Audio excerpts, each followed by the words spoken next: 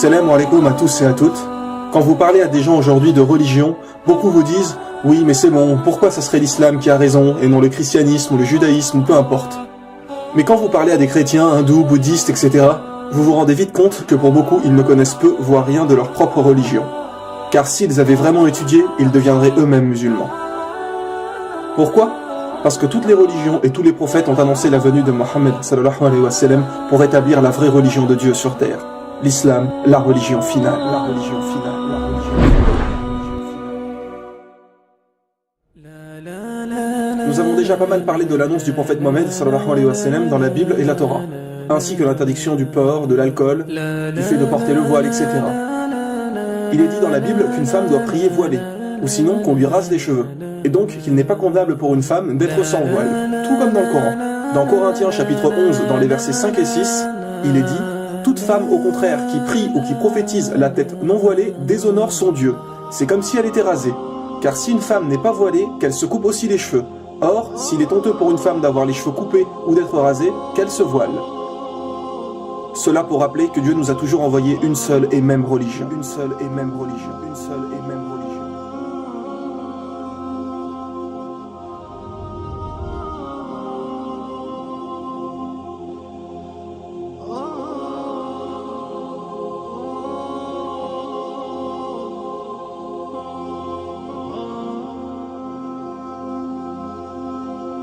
Et comme il avait été dit dans la saison 2, pour toutes les grandes religions, elles portent le nom d'un peuple ou de quelqu'un, sauf l'islam. L'islam veut dire faire ce que Dieu nous demande, alors que les autres noms ont été inventés suite à quelqu'un généralement. Le christianisme pour Jésus-Christ. Donc quoi, avant Jésus, la religion de Dieu n'existait pas? Bien sûr que si, ce n'est que suite à Jésus qu'ils ont inventé le christianisme. Idem pour le judaïsme, le peuple de Judée, l'hindouisme. L'étymologie du mot hindou vient de hindou en langue persane, qui est une rivière qu'ils considèrent comme sacrée. Le nom fait en fait référence au peuple qui vit là-bas.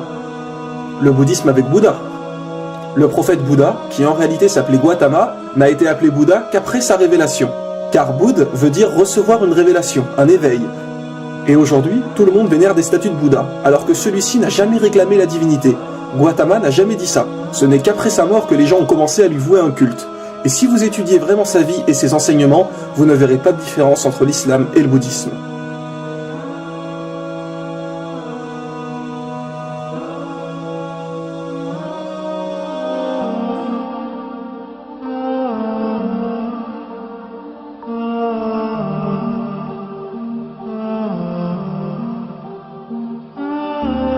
Attention, nous ne disons pas que Bouddha était forcément un prophète d'Allah, car aucun verset du Coran ou hadith mentionne son nom comme prophète.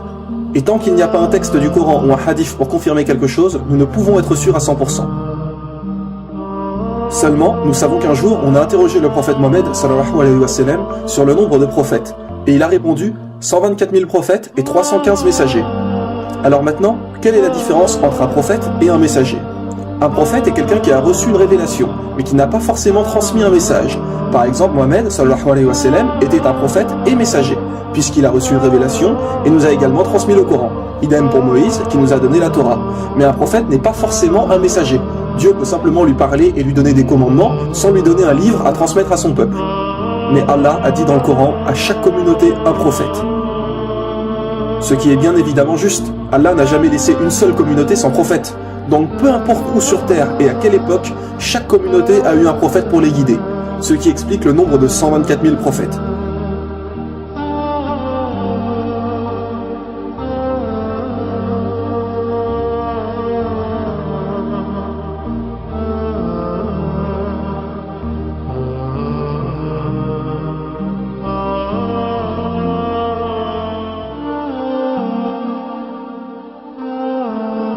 Donc, il est tout à fait possible que Bouddha était un prophète. Dans les livres hindous, il est également dit qu'il n'y a qu'un Dieu unique. Il est même dit dans leur livre sacré Svetasvatara, Upanishad, chapitre 4, verset 19, et également dans le Yajurved, chapitre 32, verset 3, Natasya Pratima Asti, qui veut dire « Pour Dieu, il n'y a pas de Pratima ». Pratima signifie image, représentation, idole, etc. Donc pour Dieu, il n'y a pas de représentation, d'idole, d'image, de statue, de photo ou peu importe. On ne représente pas Dieu. Ce n'est encore une fois que des inventions des humains de prier devant les statues et de vénérer des idoles, comme pour Jésus. Il est dit dans la Bible, Exode chapitre 20, versets 3 à 5, « Tu n'auras pas d'autre Dieu devant ma face, Tu ne feras point d'image taillée, ni de représentation quelconque des choses qui sont en haut dans les cieux, qui sont en bas sur la terre, et qui sont dans les eaux plus bas que la terre. Et attention, écoutez bien, il est aussi mentionné, tu ne te prosterneras point devant elle. Oui, il est bien dit, tu ne te prosterneras point devant elle. Alors comment se fait-il que les gens dans les églises prient devant des statues de Jésus crucifié, que l'on voit des portraits de Marie tenant Jésus dans ses mains partout? Que les gens prient sur Marie et sur Jésus sur la croix? Parce qu'encore une fois, les gens n'ont aucune connaissance des livres et ne suivent que ce qu'on leur a dit. Mais dites-moi, qui a reçu une révélation, les commandements de Dieu? Ce sont les prophètes. Alors ce sont les enseignements des prophètes qu'il faut suivre, et non tout et n'importe quoi. Les gens prennent des statues pour des dieux. Imaginez si la statue tombe et se casse. Alors ça y est, Dieu est mort? Un peu de logique, voyons. Il n'y a qu'un seul Dieu, qu'un seul message. Il n'y a qu'un seul Dieu, qu'un seul message. Il n'y a qu'un seul Dieu, qu'un seul message. La venue du prophète Mohammed, sallallahu alayhi wa sallam, est également mentionnée dans les livres hindous. Oui, mes frères et sœurs. Il est dit dans les Védas, le livre sacré des hindous, en Kalki Purana, chapitre 2, versets 5, 7, 9 et 15, et donc à 4 reprises, la venue du prophète Mohammed, sallallahu alayhi wa sallam. Il est dit que le Kalki Avatar viendra. En français, Kalki Avatar veut dire messager. Donc, on annonce la venue d'un prophète. Et que ce Kalki Avatar sera le dernier des prophètes et qui guidera toute l'humanité. Tiens donc, quel prophète a bien expliqué être le dernier et guide pour l'humanité?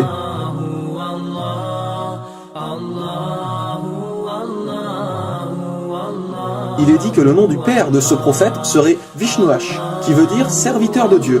Bien évidemment, il parlait la langue hindoue. Mais si on le traduit en arabe, Vishnuash veut dire Abdallah. Et que veut dire Abdallah? Cela veut dire serviteur de Dieu. Et le père du prophète Mohammed s'appelait Abdallah. Il est également dit dans le livre des hindous que le nom de la mère de ce prophète est Sumati, qui veut dire en français paix et sérénité. Si on traduit Sumati en arabe, cela veut dire Amina. Et tiens donc, comme par hasard, comment s'appelait la mère du prophète Mohammed, sallallahu alayhi wa sallam? Elle s'appelait Amina. Il est aussi dit qu'il recevra sa première révélation dans une grotte. Le prophète Mohammed a reçu la révélation dans la grotte du mont Hira. Qu'il aura 4 grands compagnons, référence sûrement aux 4 califes bien guidés. Numéro 1, Abu Bakr, numéro 2, Omar ibn Khattab, numéro 3, Othman, et numéro 4, Ali. Et il y a encore de nombreuses descriptions de ce dernier prophète, de comment il vivait, ce qu'il mangeait, etc. Comme par exemple, il est dit qu'il mangeait des dattes et des olives, nourriture plus que courante à l'époque du prophète Mohammed en Arabie Saoudite. Il est dit que celui-ci sera né dans une noble et respectée dynastie de son pays, et nous savons qu'il est de la famille des dirigeants de la Mecque qui sont les Quraysh. Mais que faut-il de plus pour comprendre? Pour ceux qui disent que les hindous pensent que ce prophète annoncé n'est pas encore venu, sachez qu'il est mentionné que ce prophète mènera des batailles au sabre, à l'arc et qu'il aura des chevaux. Alors qu'à notre époque, les batailles sont plus avec des armes à feu, avions, chars, etc. Alors mes frères et sœurs, vraiment, que faut-il de plus pour comprendre? Mohammed sallallahu alayhi wa sallam a été annoncé, et il faut le suivre. Comme dit Jésus, il est celui qui vous guidera dans toute la vérité, dans toute la vérité, dans toute la vérité, dans toute la vérité. L'islam est la religion de Dieu, la religion originale, la religion finale, la religion finale.